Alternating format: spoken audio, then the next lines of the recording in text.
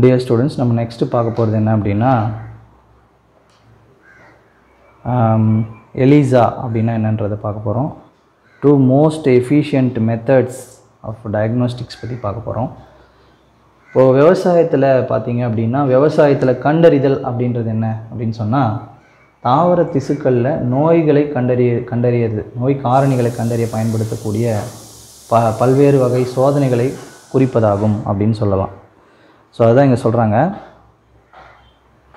Agricultural diagnostics refer to a variety of tests that are used for detection of pathogens in plant tissues.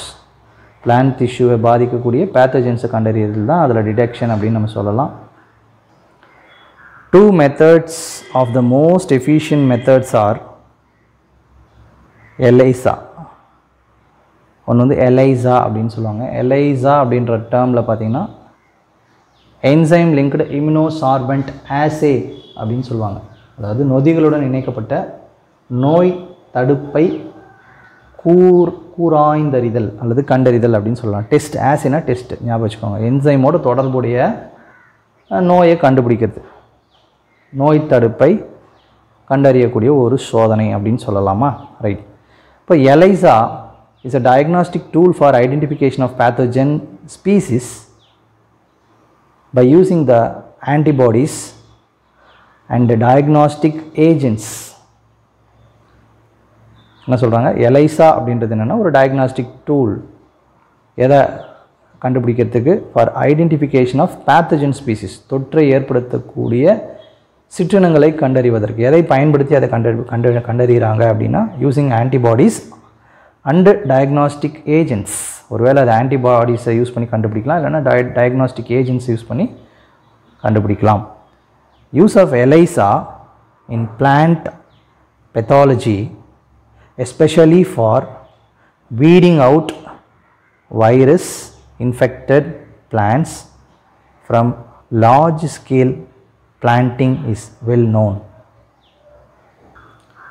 So என்ன சொல்கிறாங்க அப்படின்னு கேட்டிங்கன்னா, அதிக அளவு நடவுகளிலிருந்து இது எதுக்கு யூஸ் ஆகுது அப்படின்னு பார்த்தீங்கன்னா, ஸோ அதிக அளவு நடவுகளிலிருந்து, அதாவது நடவுகள்னால் நட்ட தாவரம் அப்படின்னு அர்த்தம், வைரஸ் பாதிக்கப்பட்ட தாவரங்களை, தாவர நோய் அறிகுறி உள்ளவற்றை களை எடுக்க, சரிங்களா? யங் பிளான்ட்டு நட்டுட்ருக்காங்க இல்லையா, அதில் வந்து நடவுகள்லேருந்து வைரஸ் பாதிக்கப்பட்ட தாவரங்களை மட்டும், அதனோட நோய் அறிகுறி உள்ளவற்றை மட்டும் களை எடுக்க இந்த எலைசாவினுடைய பயன்பாடு நன்கு அறியப்பட்டுள்ளது அப்படின்றது இந்த ஃபர்ஸ்ட் பேராகிராஃபில் சொல்கிறாங்க. ரெண்டாவது, டிஎன்ஏ ப்ரோப்ஸ்னால் என்ன அப்படின்னு பார்க்க போகிறோம். இந்த இடத்துல டிஎன்ஏ ப்ரோப்ஸ் என்ன பண்ணுறாங்கன்னா, அது வந்து ஐசோடோப்பிக்காவோ அல்லது நான் ஐசோடோப்பிக்காக இருக்கக்கூடிய சதர்ன் அண்ட் நார்தர்ன் பிளாட்டிங் மெத்தட்ஸை பயன்படுத்தி, ஸோ இது வந்து ரொம்ப ஃபெமிலியரான ஒன்று. என்னத்தை ஐடென்டிஃபை பண்ணுறாங்க அப்படின்னா, identification of viruses and other pathogens இனம் கண்டறிகிறாங்க. அதாவது நோய் காரணியான வைரஸையோ அல்லது மற்ற தொற்றுக்கான கிருமிகளையோ நம்ம கண்டுபிடிக்க முடியும். ஆனால் இந்த இடத்துல எதை நம்ம ப்ரோப்ஸாக யூஸ் பண்ணுறோம்? டிஎன்ஏ ப்ரோப்ஸை யூஸ் பண்ணுறோம் அப்படின்னு சொல்கிறாங்க. ஸோ அதனாலே இந்த டெஸ்ட் என்ன சொல்லிட்டாங்கன்னா டிஎன்ஏ ப்ரோப்ஸ் அப்படின்னு சொல்லிட்டாங்க. ஸோ ஆக இன்றைக்கி நம்ம 2 டாபிக் பார்த்தோம். ஒன்று வந்து 2 டெஸ்ட்டு. ஒன்று வந்து எலைசா, என்சைமை தொடர்புபடுத்தி நோய்க்கான காரணிகளை கண்டுபிடிக்கிறது. இன்னொன்று வந்து டிஎன்ஏ ப்ரோப். டிஎன்ஏ ப்ரோப்னா ஐசோடோபிக் ஆர் நான் ஐசோடோபிக்னு சொல்லக்கூடிய சதர்ன் அல்லது நார்தர்ன் பிளாட்டிங் டெக்னிக்ஸை யூஸ் பண்ணி வைரஸையோ அல்லது மித்த பேத்தஜன்ஸையோ கண்டுபிடிக்கிறத பற்றி நம்ம பார்த்தோம். சரிங்களா?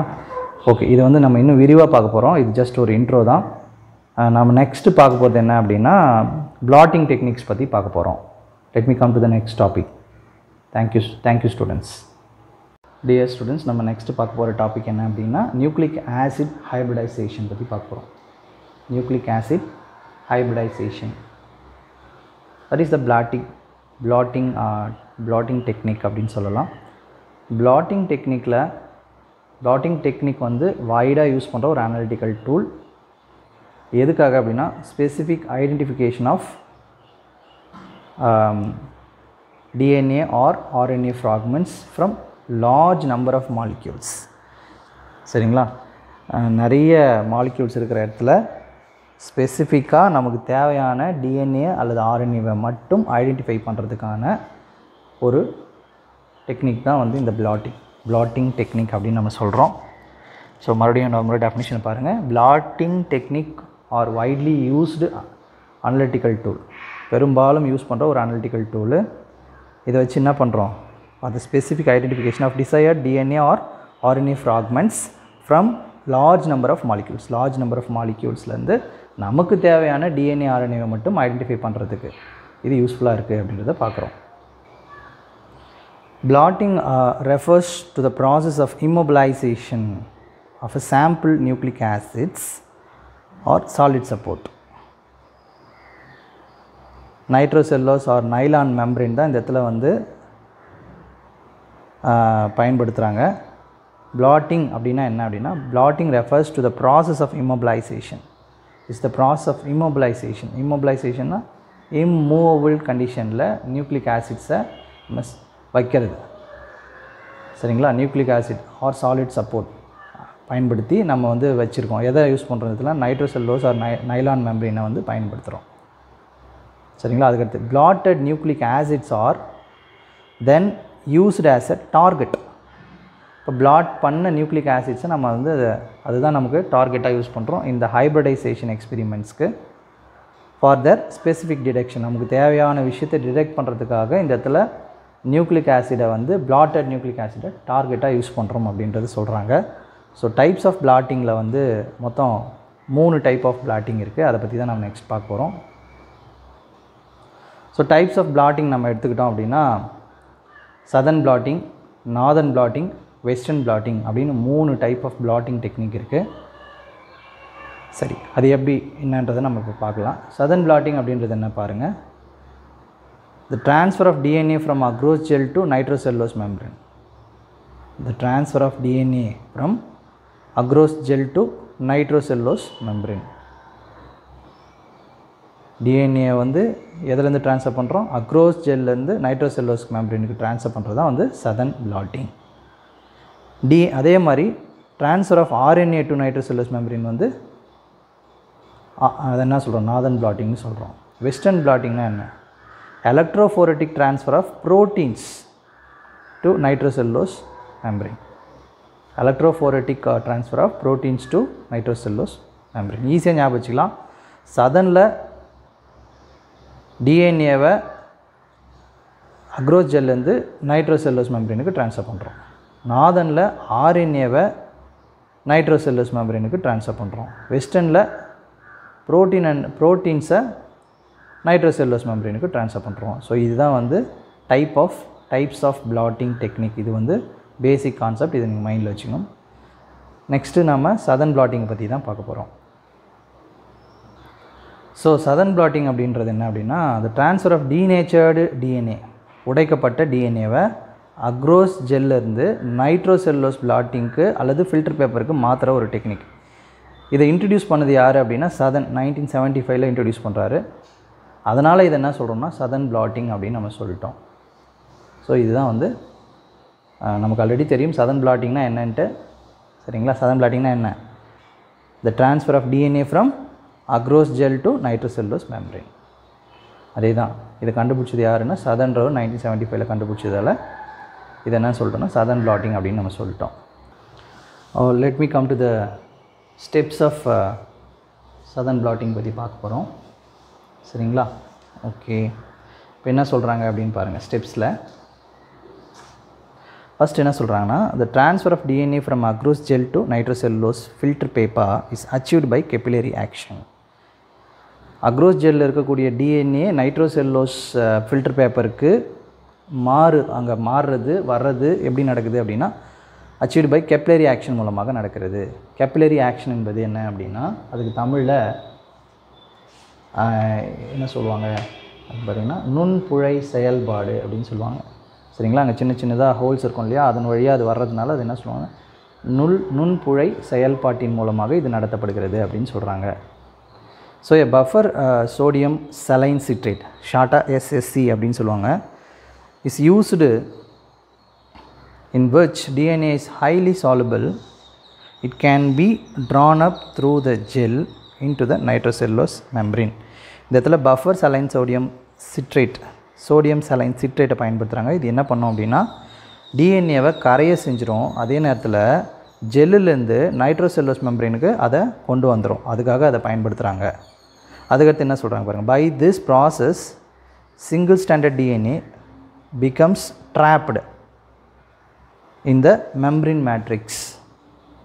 Single stranded DNA become trappedனா அது என்ன சொல்கிறது, வலை போட்டு இழுக்கிறது. சரிங்களா? அது என்ன ஆகும், trapped in the membrane matrix. membrane matrixக்கு அது இழுக்கப்படுகிறது அப்படின்னு சொல்லலாம். சரி. So this DNA is hybridized with a nucleic acid and can be detected by autoradiography. இந்த டிஎன்ஏவை என்ன பண்ணுறாங்க, ஃபர்தராக இதை ஹைப்ரிடைஸ் பண்ணி எதனோட சேர்த்து ஹைப்ரிடைஸ் பண்ணுறாங்க, வித் நியூக்ளிக் ஆசிட்ஸோடு சேர்த்து ஹைப்ரிடைஸ் பண்ணி அதை நம்ம ஆட்டோ ரேடியோகிராஃபி மூலமாக டிடெக்ட் பண்ணுறோம் அப்படின்னு சொல்கிறாங்க. ஆட்டோ ரேடியோகிராஃபி அப்படின்றது ஒரு முக்கியமான ஒரு 2 மார்க் கொஷின். ஸோ ஆட்டோ ரேடியோகிராஃபியில் என்ன சொல்கிறாங்க அப்படின்னு பாருங்கள். Technique that captures the image formed in a photographic emulsion due to emission of light or radioactivity from a labeled component placed together with unexposed film. So இது என்னது, இது ஒரு முக்கியமான ஒரு டெக்னிக். Capture the image. சரிங்களா? அங்கே உருவான ஒரு இமேஜை கேப்சர் பண்ணுற ஒரு டெக்னிக். எதன் மூலமாக உருவானது, ஃபார்ம்டு இன் ஏ ஃபோட்டோகிராஃபிக்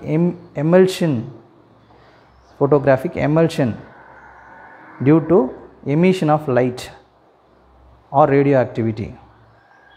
கதிரியக்க செயல்பாட்டினால் வெளிப்பட்ட அந்த ஒளி கதிர்களை அப்படியே என்ன பண்ணும், ஃபோட்டோகிராஃபிக் பண்ணிக்கும், அதை கேப்சர் பண்ணிக்கும். எதனால் அப்படின்னா ரேடியோ ஆக்டிவிட்டி, அங்கே கதிரியக்க செயல்பாடு அல்லது from a labelled component, radio labelled சப்ஸ்டன்ஸ்லேருந்து வெளிவரக்கூடிய அந்த கதிர்களை கேப்சர் பண்ணிக்கும். ஸோ அதுதான் வந்து ஆட்டோ ரேடியோகிராஃபி. ஆட்டோமேட்டிக்காகவே அதுவே பண்ணிக்கும். அங்கே வந்து ஒளி வெளிப்படக்கூடிய செயல் நடக்கும்போது அதுலேருந்து அதை அப்படியே என்ன பண்ணிக்கும், கேப்சர் பண்ணிக்கும். சரிங்களா? ஸோ இது கேப்சர் பண்ணி என்ன பண்ணணும், அன்எக்ஸ்போஸ்டு ஃபிலிமில் அதை சேர்த்துரும். ஸோ இதுதான் வந்து ஆட்டோ ரேடியோகிராஃபி அப்படின்னு சொல்லுவாங்க. Thank you students.